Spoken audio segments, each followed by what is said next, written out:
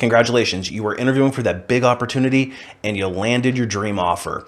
But before you can get started, the company indicates that they're going to be conducting a background check. What should you do? But don't worry, in this video, I'm going to break down exactly what employers look for when they conduct a background check. Hey everybody, it's Brian from A Life After Layoff, and today I'm going to talk about what employers generally look for in background checks. But before we get too far into it, if you're interested in more career-related content directly from a corporate recruiter, an HR professional, and a career coach, you might want to consider hitting that subscribe button and also that notification bell as well, so you don't miss any future posts. All right, so let's talk about what employers typically look for in background checks.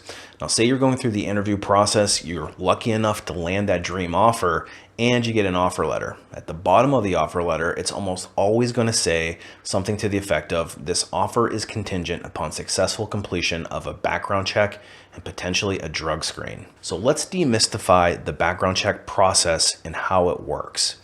Generally speaking, an employer is going to outsource the background check process to a third party. And what these companies do is they conduct the background check on behalf of the employer. When you fill out the job application on the ATS system, that's actually a legal document. And a lot of times there is going to be a certification that you confirm that everything on that document is correct and accurate. Furthermore, your application becomes a permanent part of your employment record once you get hired. And usually there's a section that gives the employer the right to check your background in the event of a job offer. Now, of course, your background needs to match what you put on your job application.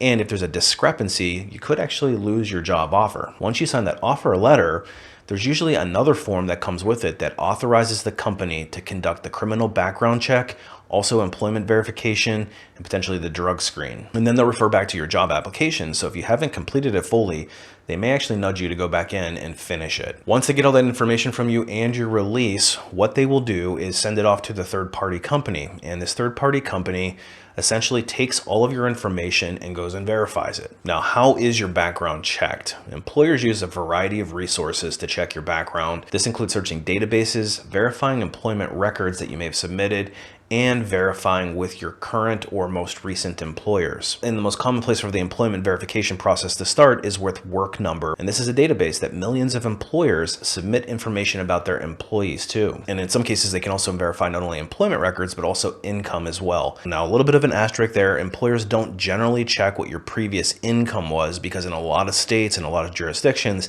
it's actually becoming an illegal question.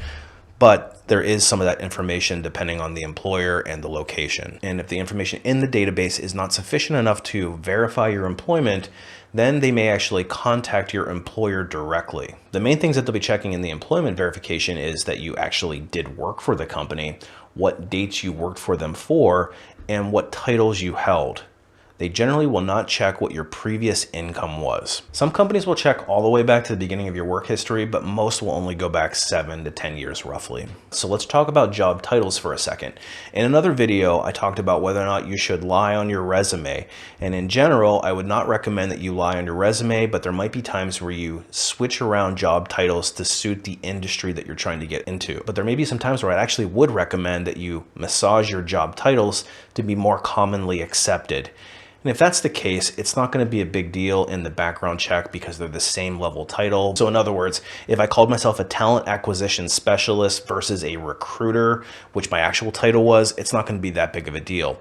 Where it would be a big deal is if I changed my title to be a completely different level. So if I called myself the director of talent acquisition, but in reality, I was only an individual contributor, that could pose some major problems and would likely be a major red flag for the employer. Same thing goes for dates of employment. I wouldn't recommend that you'd fudge those dates and give yourself an extra 6 months or a year of work experience that you don't truly have. The next major check is the criminal background, and let's break that down. It's usually 2 separate major areas. You've got felonies and you've got misdemeanors. Now, felony conviction is much more serious and is certainly going to be a barrier to entry for a lot of companies, whereas a misdemeanor is a less serious criminal conviction. And a misdemeanor won't generally hold you back from getting the job, but there is a little asterisk here. It depends on what the conviction was. They're taken on a case-by-case basis, and the human resource department is the one that makes the ultimate decision on that. Then they'll also check for pending court cases.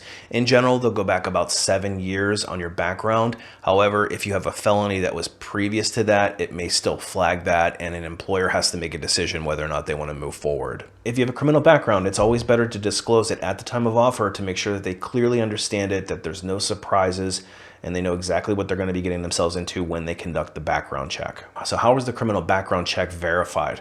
So what they'll do is they'll look at all the locations that you've lived at for a given period of time, and they'll actually contact the local courthouses in each one of those areas. And we've had some situations where some courthouses were very antiquated and didn't have an electronic system, so they actually had to go down into a basement and pull a file in order to see whether or not you had a criminal background. So the delays are usually on the court side in getting back to the employer. It's important to note that the criminal background check can check to see if you've got active warrants as well.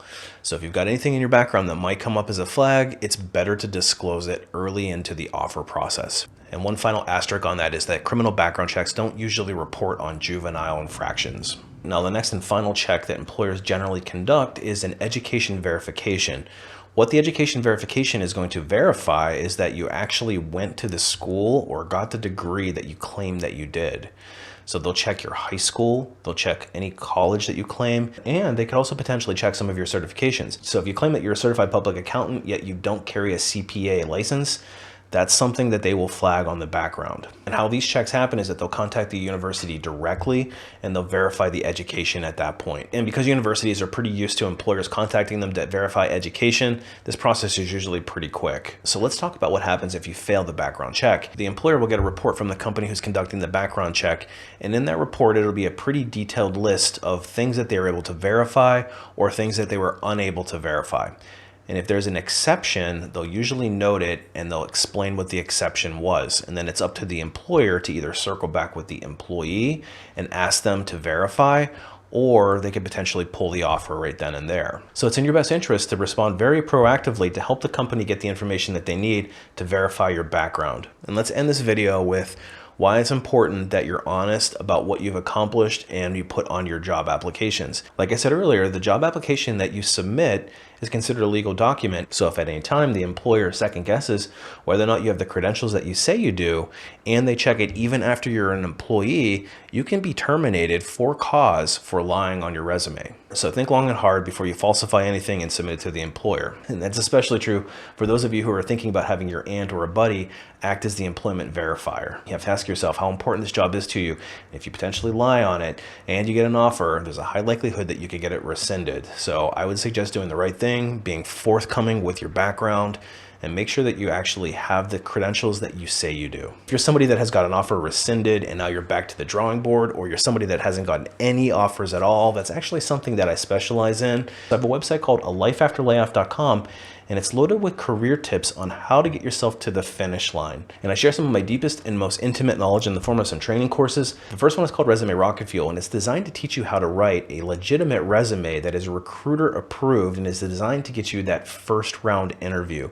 And once you get that first round interview, it's up to you to sell yourself throughout the rest of the interviewing process. And that's where the ultimate job seeker bootcamp comes in. And it's going to take you through each step of that interview process, ultimately to get you to that dream offer. And if you want to skip the recruiter altogether and unlock the hidden job market, consider unlocking LinkedIn. And of course, I'm available for some private one-on-one coaching sessions. You can reach me through my website for that. Congratulations on your job offer. Hopefully you'll get through that background check without any issue. And we will see you on the next one.